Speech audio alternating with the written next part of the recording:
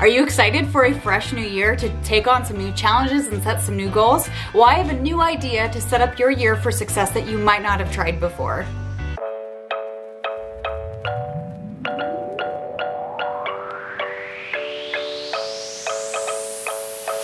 Welcome back, I'm Shannon and this is the Wanderluster, where together we talk about topics that will help spark your sense of adventure so you can live an amazing life on your own terms. Today we're going to be talking about mindfully setting goals in 2019 and why I think setting yourself up for challenges might be the better way to approach your goals. Instead of seeing them as a series of to-do lists and chores and things in disparate areas of your life that you need to focus on, setting yourself up with a coherent and thematic challenge as opposed to a series of goals might be the thing you need this year to stay on track and help you get excited about your life, no matter what area of your life you're most excited to focus on. So in the past, I've done challenges myself, and I find that I like doing challenges versus just setting goals. Goals are really hard to stay accountable for, and honestly, it's easy to get burned out a few weeks in, a few months in, or even throughout the year. You just have natural ebbs and flows. So when I've set challenges, I find it's a really helpful way to gamify the experience and make it feel like I'm Super Mario and I'm getting through the levels of my life and I'm leveling up instead of just seeing it as another thing I have to get done. Now, I've done this before where I did a 30-day minimalist game challenge. In 2013, I even did a series where I ran 13 half marathons in 2013, and that helped me get really fit that year and really learn how to run with better form. So every month I had an exciting road race I had signed up for. It kept me accountable and helped me pace my goals throughout the year. And there was nothing more real than having those actual literal milestones I had to cross every single month to help me stay accountable. So if you like the idea of a challenge like this, I have some ideas that might spark your interest, and I actually borrowed this idea from Gretchen Rubin, author of The Happiness Project. And if you haven't picked up this book, I highly recommend you give it a look-see because it's really inspiring. Gretchen wanted to hack her happiness and took a different area of her life that she had read would be a key to increasing her happiness at home and with her family, and focused on it every month of the year. Here's an excerpt of a little bit of what she focused on every month. All right, so for January, Gretchen focused on vitality to boost her energy. February, she focused on marriage and remembering the love that she had with her partner. March was on work to aim higher and work harder. April, she focused on parenthood and having a better relationship in her family. May was leisure. June was friendship. July was focusing on her finances. August, she focused on eternity and contemplating the heavens and purpose. September, she focused on books. October was mindfulness. November was her attitude that she looked into, and December she kind of did a recap on her happiness and had some other ponderings and other hacks that she focused on. So maybe this year is the year that you actually set yourself up for a challenge as opposed to setting up a series of goals.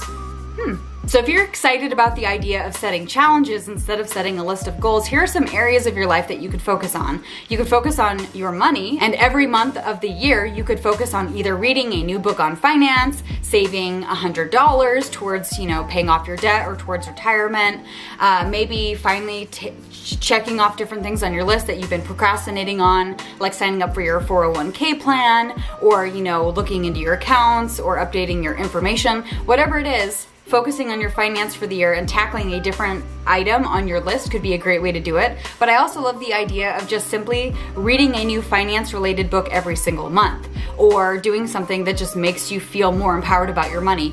It's always a win. You also could focus on love for the next year if that's a theme that speaks to you. And this may not just mean going on more Bumble dates. It could also mean starting to do new activities, or focusing on your health, refreshing your wardrobe, taking better care of yourself, or maybe taking a step back from dating and focusing on self-love in those ways that matter to you and that you know that you've been neglecting. That could be a really fun theme of the year to explore. Or of course, another theme would be to either add something to your life every month or take something away. That means that maybe you could read a new book every single month.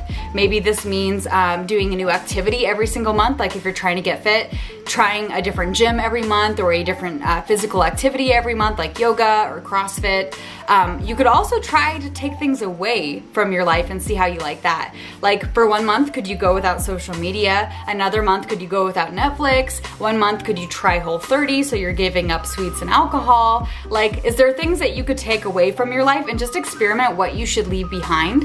Experimenting with things that aren't bringing you joy anymore and simply seeing like if you really want them around anymore could be a really refreshing way to frame up your 2019 challenges. Of course, if you're an overachiever or you simply cannot decide on what area you want to focus on for the month, you could simply follow in Gretchen's footsteps and try to focus on a different area of your life every single month and set an intention for that every single month. So maybe the first month you focus on reconnecting with family members you've lost touch with.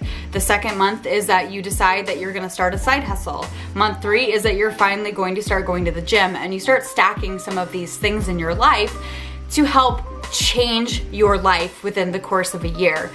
I truly believe in the statement that you would not believe who you can be in a year's time. You could be the same person this time next year, or with concerted and regular effort, you could absolutely transform your life in the course of a year. And I think that everyone watching this video, you out there, I think you can do that too. I believe in you. But instead of just setting a bunch of goals this year that you're not feeling passionate about, maybe explore some themes that really speak to you, whether it's focusing on your money, focusing on travel, building relationships with others, starting a side hustle, or maybe just getting rid of some of the things that are no longer serving you. Making it a monthly theme or a year-long theme, whether it's reading more books or getting out more, exploring your local area, or maybe just, cutting some of the Netflix out of your life, whatever that is to you. Taking on a challenge could be a really exciting way to approach 2019 as opposed to just setting a bunch of disparate goals. So anyway, guys, that's what I'm going to be doing. As you know, I'm doing a shopping ban, which is really exciting. But if this spoke to you, please subscribe to my channel. I would love to have you on this journey. Tell me what you're going to be up to for the next year, and let me know which of these ideas you like the best, because I would absolutely love to hear from you. And of course, guys, thank you so much for spending your time with me today. I hope you know I appreciate every view, every comment, and every one of you. So thank you for spending your time with me.